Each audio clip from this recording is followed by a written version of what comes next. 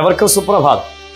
യാഗം കഴിക്കുവാനായിട്ട് തൻ്റെ മകനുമായി പോകുവാൻ ദൈവം അബ്രഹാമിന് കൽപ്പന കൊടുക്കുമ്പോൾ ഏതു മലയിൽ പോയി യാഗം കഴിക്കണം എന്ന് പറഞ്ഞിട്ടില്ല. ഞാൻ നിന്നോട് കൽപ്പിപ്പാനിരിക്കുന്ന മലയിൽ എന്നാണ് പറഞ്ഞിരിക്കുന്നത്. അപ്പോൾ നീ യാത്ര ചെയ്ത് പൊയ്ക്കൊള്ളുക, പക്ഷെ നീ എവിടെയാണ് യാഗം കഴിക്കേണ്ടത് ആ സ്ഥലം ഞാൻ പിന്നാലെ നിനക്ക് ചൂണ്ടിക്കാണിച്ചു തരാം. ന്യായമായിട്ടും എങ്ങനെയും തൻ്റെ മകനെ രക്ഷിക്കുവാൻ അബ്രഹാമിന് ഒരു തീരുമാനം ഇങ്ങനെ ദൈവത്തോട് പറയാമായിരുന്നു. ദൈവമേ, കൃത്യമായ സ്ഥലവും എവിടെയാണ് യാഗം അർപ്പിക്കേണ്ടതെന്നുള്ളത് കൃത്യമായിട്ട് എന്നോട് ബോധ്യമാക്കി തരണം, ഇല്ലെങ്കിൽ ഞാൻ എൻ്റെ ചുവടുകൾ മുന്നോട്ട് വയ്ക്കയില്ല എന്ന് വേണമെങ്കിൽ അബ്രഹാമിന് പറയാമായിരുന്നു. പക്ഷെ അബ്രഹാമിന് ആ സ്വഭാവം ഇല്ലായിരുന്നു. ദൈവം പോകാൻ പറഞ്ഞപ്പോൾ പോയി. ആ യാത്രാ മധ്യത്തിൽ ദൈവം പറയുകയാണ്, നീ യാത്ര തുടരുക, ഞാൻ പറയാം നീ എവിടെ യാഗം കഴിക്കണമെന്ന്.